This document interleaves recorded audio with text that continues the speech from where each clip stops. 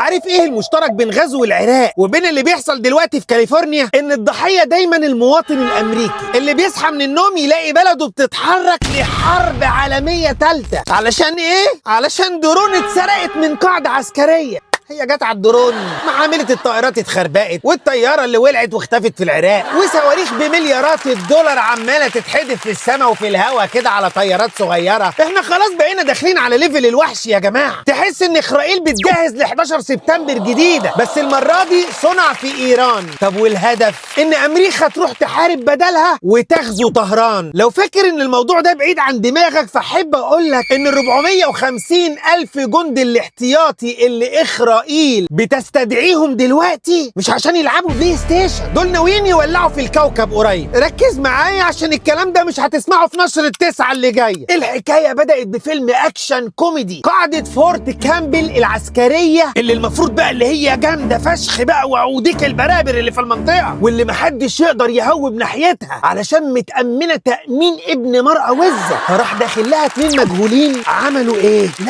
لا ما عملوش فيها حاجة وحشة. دول سرقوا درونات اللي هي الطيارات الصغيره اللي بتطير دي، المسيرات اللي هي سكاي ديو اكس 10 دي، هو اسمها كده على اسم المرحوم امها. دي مش طياره برموت يا جدعان، ده الواحده ب 30,000 دولار وفيها ذكاء اصطناعي و5G، مش بعيد تلاقي فيها حمام بلدي وحمام افرنجي، وبتقدر تحدد مكان النمله في المطبخ. السؤال هنا بقى، الحراس كانوا بيعملوا ايه في بعض؟ كانوا بيعملوا ايه؟ استغفر الله العظيم. كانوا قاعدين بره بيشربوا حجرين معسل مثلا، واكلين فسيخ فحبوا يقيلوا فرحوا مفخدين، ولا هي اتسرقت علشان يتقال ان الخلايا الايرانيه النايمه هي اللي سرقتها؟ اصل الصدفه في السياسه معناها كده ان في طبخه بتستوي وعلى نار هاديه. مامتك اسمها ناديه. FBI والCIA فجاه كده افتكروا ان عندهم معلومه مؤكده ان ايران هتعمل ضربات جوه امريكا وبالتحديد في كاليفورنيا. والسيناتور تيد كروز طالع بوش امه الخشب ده ويقول لك الخطر في اعلى مستوياته. يا راجل ادخل خلي حد يليفك، ده احنا شفنا الفيلم ده قبل كده بالامانه، كان في 2003. فاكرين اسلحه الدمار الشامل بتاعت العراق؟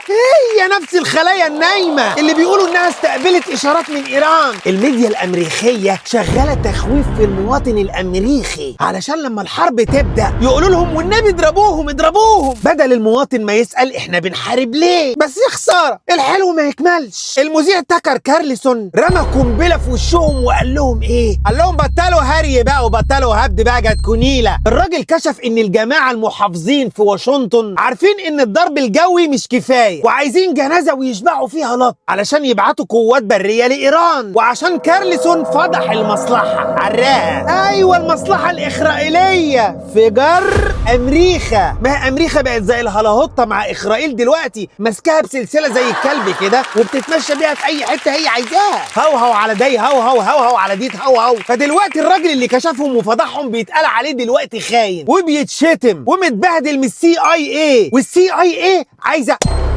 تقبض عليه. ومن الناحيه الثانيه عايله ريجاني في ايران قالها لهم كده بالبنط العريض، قال لهم يا جماعه دي عمليه علم مزيف، المخابرات الاسرائيليه هي اللي بتخطط ده علشان تلبسنا في حيط. تخيل انت المخابرات الايرانيه بتحذر المخابرات الامريكيه من المخابرات الاسرائيليه. يعني الست دي عايز تحزم الراجل ده، والراجل ده عايز يضرب البنت دي، لكن البنت دي مش عايز تحب الراجل ده لان الراجل ده ما بيحبش البنت دي، ودي بتكره ده لان ده بيحب دي، ودي بتحب دي لان ده عرفت انا مش فاهم حاجه. ده احنا في سيرك قومي والله العظيم، والموضوع مش هزار فعلا. اسرائيل بتستدعي 450 جندي من بتوع الاحتياط، وده رقم مرعب، وشعبهم هيطق منهم وبيصوروا في الشوارع، والشرطه الاسرائيليه فحتاهم بتوع حقوق الانسان. ده معناه ان اسرائيل الكبرى مش مجرد حلم، دي خطه وعايزين ينفذوها على جثث الكل. غزه، لبنان، سوريا، العراق، ودلوقتي المواطن الامريكي والشرق الاوسط هم اللي بيدفعوا الفاتوره. وفي شويه مصادر كده هسيبها لك في الكومنتات عشان تتاكدوا بنفسكم وتعرفوا ان كلامي ما يخرش الميه. وشيروا بقى الفيديو ضروري عشان الناس تفوق تعرف ان اللي بيحصل في الميديا مش دايما هو الحقيقه. تفتكروا امريكا هتبلع الطعم ده كمان المره دي وهتخش حرب بريه، ولا المره دي اللعبه اتكشفت بدري؟ مستني رايكم في الكومنتات. وبالنسبه بقى لموضوع النتن، معلش اللي هو بيقولوا عليه ماده، انا مش عارف هل فعلا واحد زي بيبيه النتن هيموت في العشر الاواخر من رمضان؟ ده اخره يموت في العاشر من رمضان الساعه 2 الظهر